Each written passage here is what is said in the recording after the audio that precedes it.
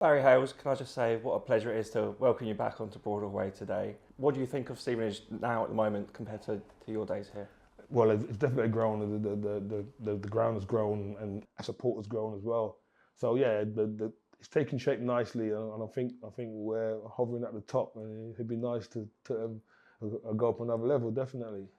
You still follow Stevenage, still one of the first teams you look out for on a A Saturday? 100%, yeah, because this was my first. We weren't pro then, but this was my first club to put me on the stepping stone. Yeah. Let's start at the start when you first signed for Stevenage in '94. What are your key memories from The that key step? memories was not paying subs and getting paid to play football. And that was the turnaround for me initially. And knowing that the club had aspirations, we was in the Diadora League at the time, which is the one below the conference. And I think my first season with the boys, we won that, and then we felt confident that we could go to the conference and give a good account of ourselves. When you first joined, did you ever, in your wildest dreams, imagine one, to score the amount of goals you did for Stevenage, and two, become a Stevenage legend?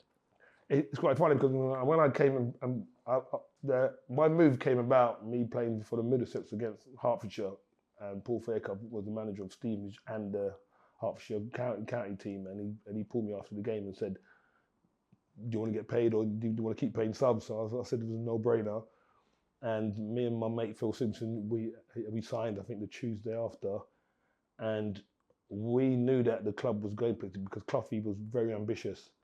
And he said, "I'm going to sort a team out." And at the start, I was playing at the back as well, so I weren't a forward at the start. And then eventually, I moved to midfield, and then eventually, I got my chance up front. And it was by two strikers being injured. Cloughie said, "I'm going to stick you up front for this game," and I had a 2-game ban coming up. So he said, "I'm going to stick you up front, serve you 2-game ban," and then I scored two in that game, I think.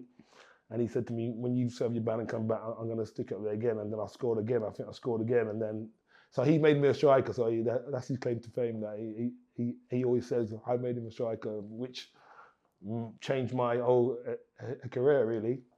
So after Stevenage, obviously you went on to play at a higher level, scoring a lot of goals for a lot of clubs. How much do you owe your career to Paul Fairclough for making that decision? Yeah, it was a decision that we fell on. But I knew he knew I could play anywhere because started off fullback, and then I went in midfield, centre midfield, right wing, left wing. So he knew that there was a place for me, but it's just finding the right slot. And then this opportunity came about, and I scored goals initially, and then the rolling ball effect. Yeah, yeah. How do you think you'd get on if you were in this team today, playing up front I alongside Jamie think, Reeve? yeah, I think we'd hold the ball well and make a lot of chances. I think, and yeah, I think I've watched Stevenage play, and I've just met the captain. He's such a leader, and he wins duels in both boxes, and that's what you need as a team and that. So yeah, it'd be nice to be a part of this team, definitely.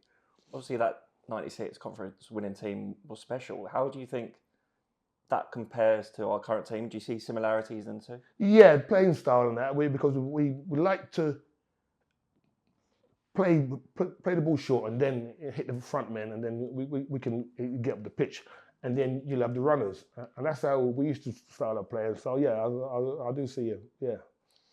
Talk to us about that '96 team. What made it so special? What made it the group that it was? I think Fairclough got a bunch of players and he structured us, and with the coaching with Paul Peterson and Noel as well, we had a structured way of playing, and whoever came in when injuries wise, they knew exactly what they were doing, and so I think the personnel changed, but the structure and what we've done didn't change. So I think that was the key to it.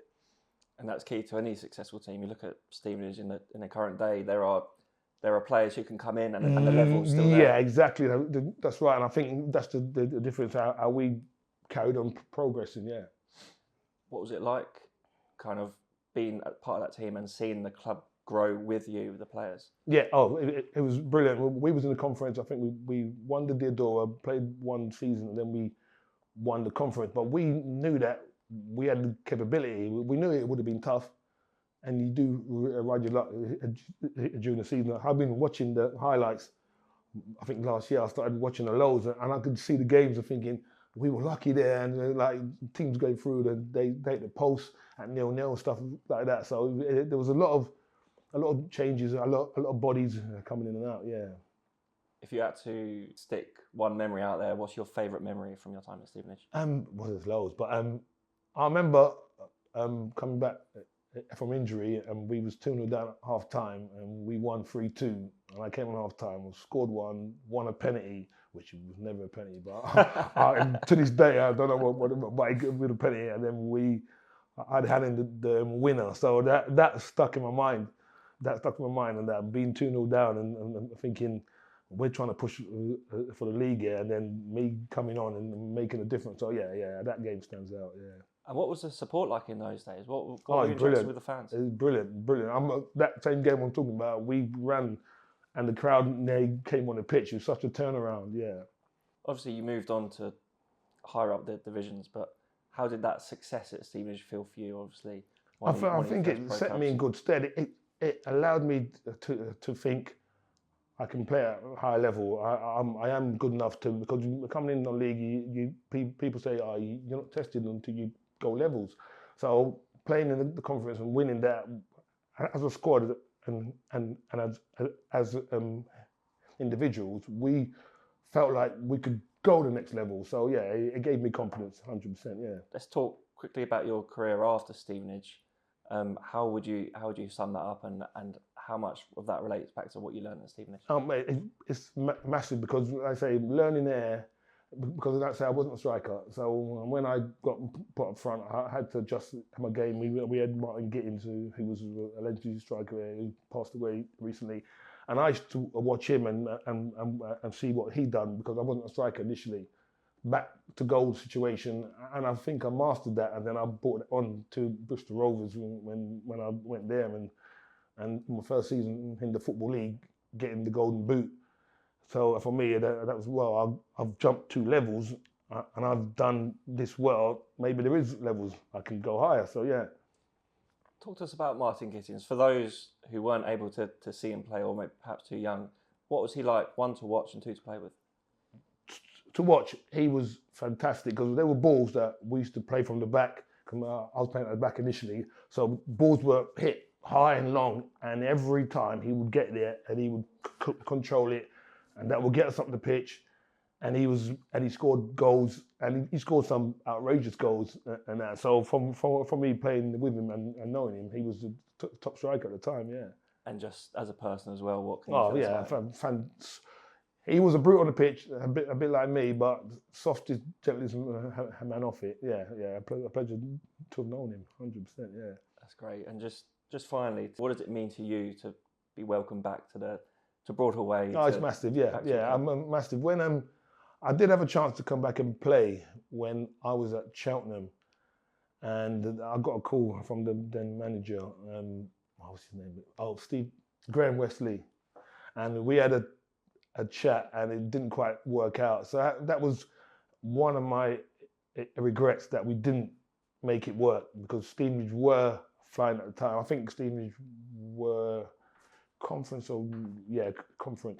and they were near the top, and he said, "Oh, come back and take us up." So yeah, that was the plan, but we had a breakdown in communications, texts and that. So yeah, it didn't quite work out. And when you look at Stevenage now, what do you think when we're sitting right at the top? Growing club, and that, and it's a pleasure to see how far the club is going, and where we are now in League One to push on, and that would be nice to get the top 2 spot. I'm not going to say the top table, but the top 2 spot, just to go up on another level. Yeah. Well, Barry, it's been an absolute pleasure, and welcome back to Broadhall Way. Cheers, thank you.